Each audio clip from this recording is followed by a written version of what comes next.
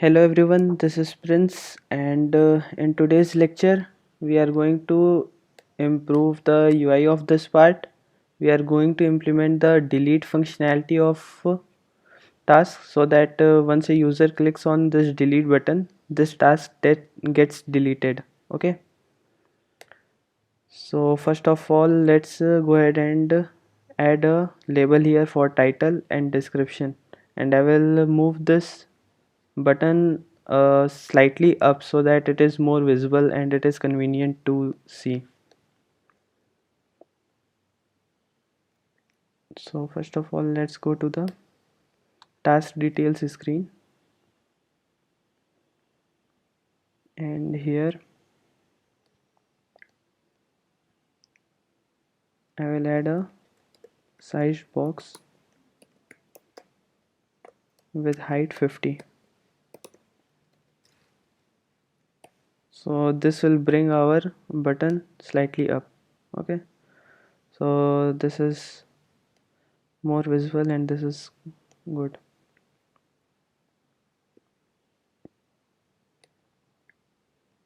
Now before this I will add a text widget that will say title,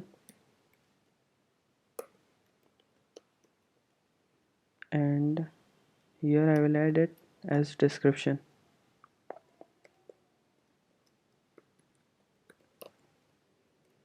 Let's add some spacing between these two text fields.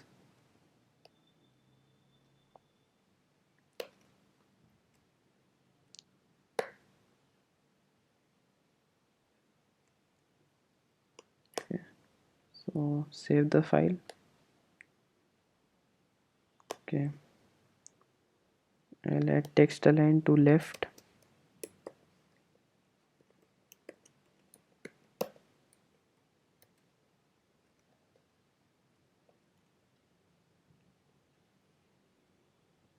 Okay, this will not work because by default column will align the elements as center. Cross axis alignment will be in center.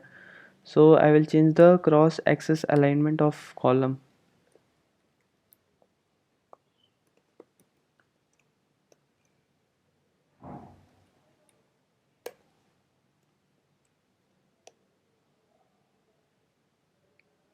Okay, so to move this button into the center, what we'll do is we'll add a center widget.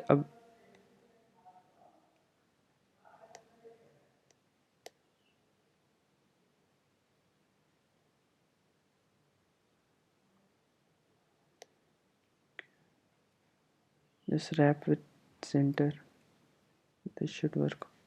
Okay, so we have a title field, we have a description field, and the add task button. Now let's add some validations here so that a user cannot create a title and description with the empty strings. So in our add task method, what we'll do is if title controller dot text dot length is equal to 0. Okay, or similarly with description controller also.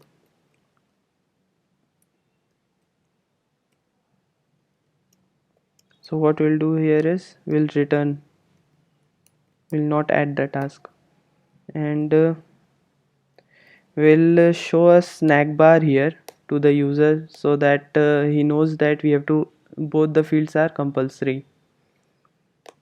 Okay, I will decrease this space slightly, it's too much.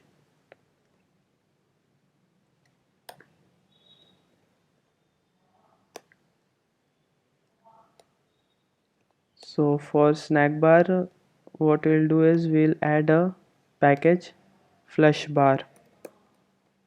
You can go ahead and search for flush bar flutter.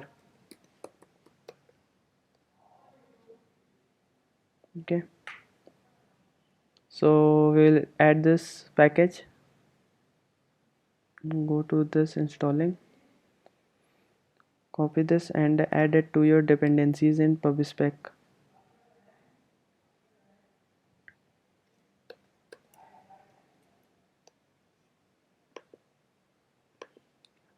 Run flutter packages get in your terminal.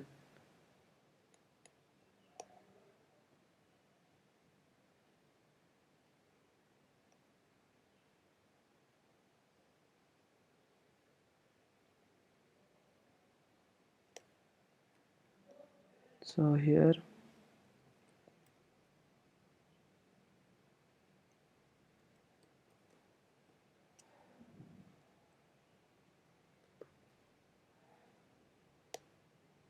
we'll show a snack bar.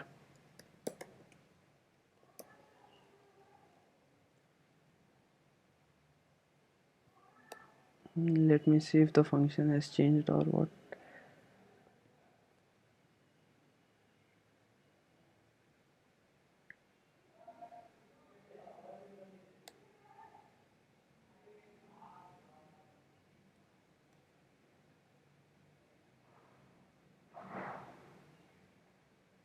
So we'll add a flush bar here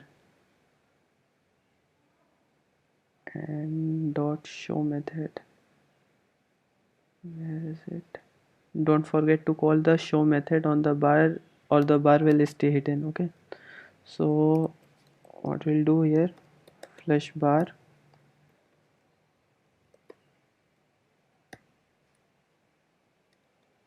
title will be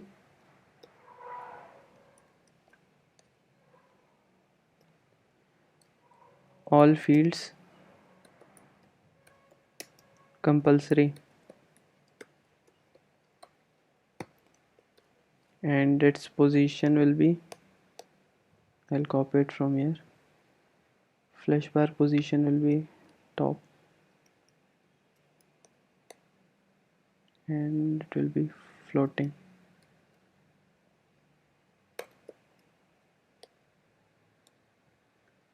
Let's add a background color as red because this is a warning message.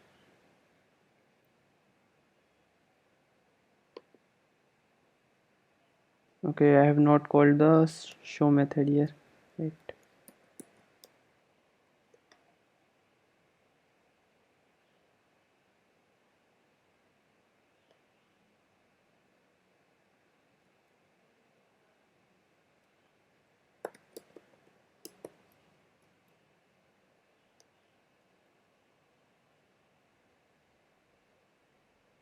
Hot reload failed. Let me restart the application.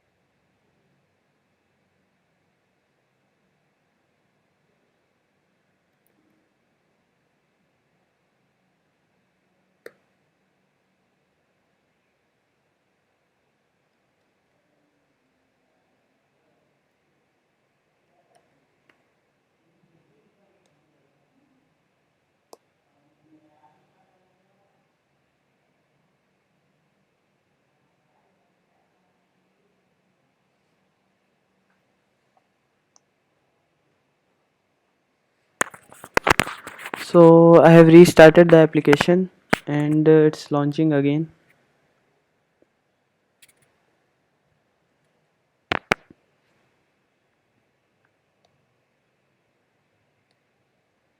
Okay, flash bar is causing problem.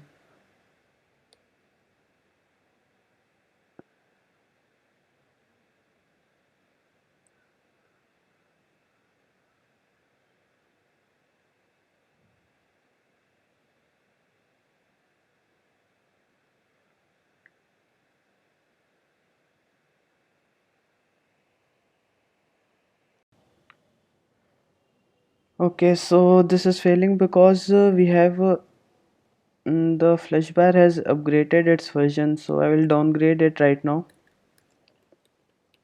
and I will use a specific version which was working earlier.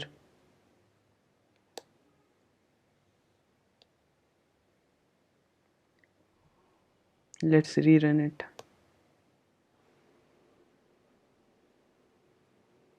This should work.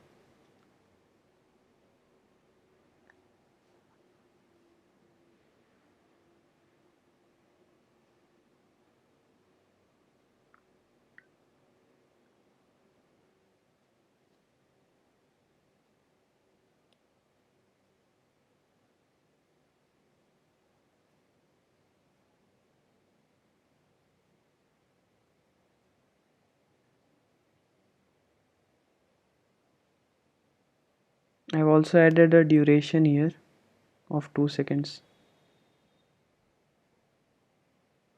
Okay, seems like the build is done, so this will work. Now let's go ahead and create a we can make this task details dynamic by taking a task as input,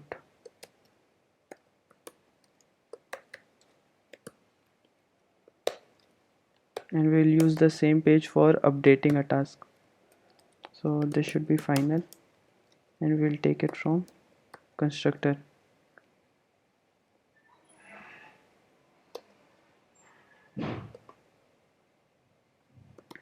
This dot task, and for now I will keep it optional. Actually it should be optional every time, so I've added this as a optional field.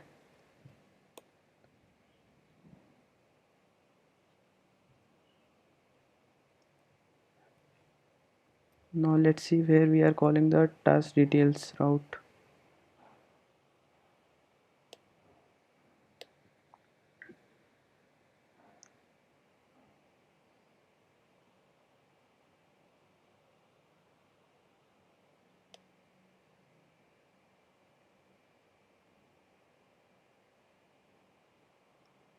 I will add a edit button also here so that we can edit a task from its card.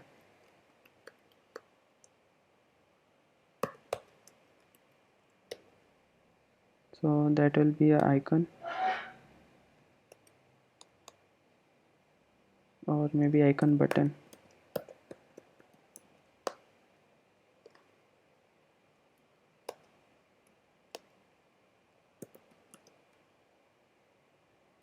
Icon will be icons dot edit, and sorry, it will be inside icon.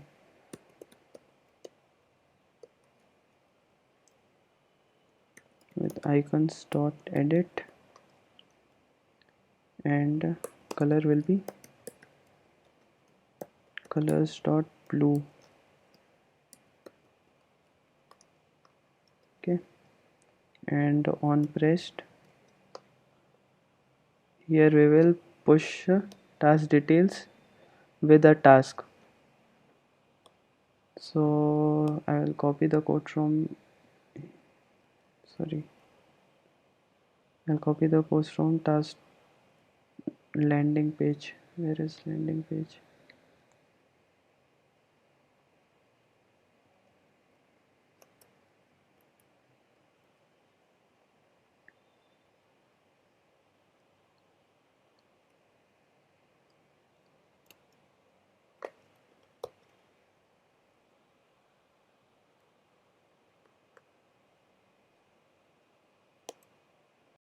So what we will do is we will pass some arguments here. If you go to the definition of push named, it takes a context, a route name, and an optional parameter arguments. So we will use these arguments to pass the task. Okay, so arguments, and it will be this dot task, sorry. Now we will go to task details screen and retrieve the parameter. So that can be retrieved by task is equal to model route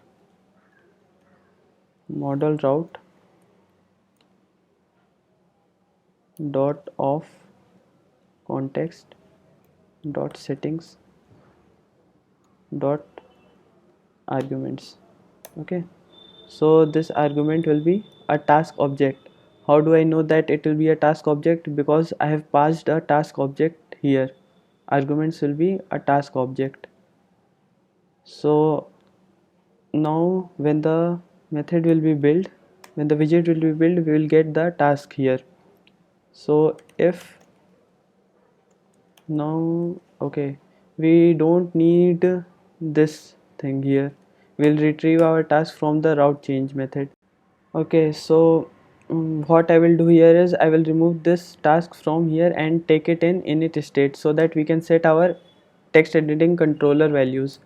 So init state, and I will remove it from here and bring it here.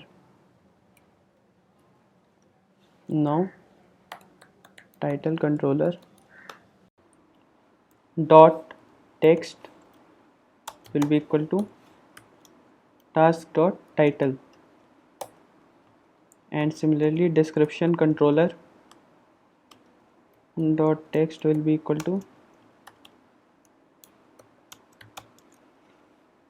task dot description. Now we will do some refactoring here. I will take this task from here and I will make it a global variable, task, and I will remove this here, and here I will change the text accordingly. If task is not equal to null, then I will return update task, otherwise add task. Okay, now we are trying to access the context inside init state, but context will be available only after the build method of the widget tree has been called. So for this, Flutter provides us with something called as widgets binding dot instance dot add post frame callback. So this callback will be called whenever our widget has been built for the first time.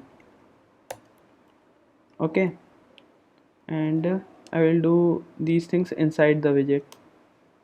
Let's add a condition also. If task is not equal to null, so that we know we are editing a task. Now this should work correctly. Let's run it.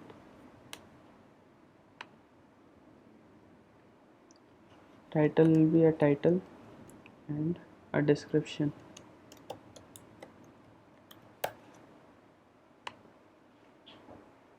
Okay, so now if we go to edit, see it is already filled. Okay, this has not changed. Okay, we have not called set state there, so the widget tree is not rebuilt. Let's call set state here. So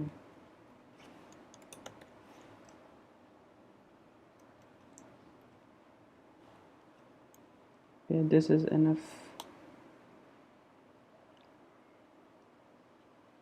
See, this is working nice. Okay, fine.